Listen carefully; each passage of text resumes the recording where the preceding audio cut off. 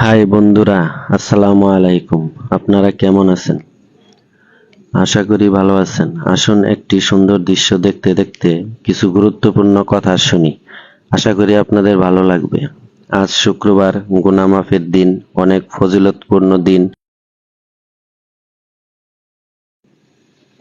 এই দিন গরিবের হজের দিন। এই দিন আমরা নামাজ তো পড়বই, সাথে সাথে অনেক গুরুত্বপূর্ণ দুটি আমল করব ইনশাআল্লাহ।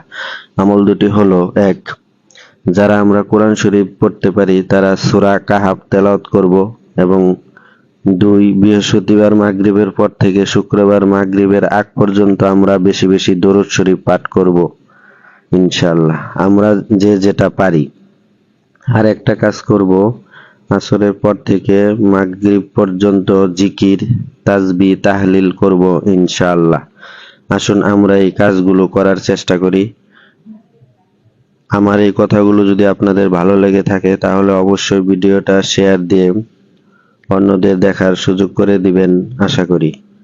সবাই ভালো থাকবেন, সুস্থ থাকবেন, নিরাপদে থাকবেন, পরিবার পরিজন নিয়ে ভালো থাকবেন। আল্লাহ হাফেজ। আসসালামু আলাইকুম।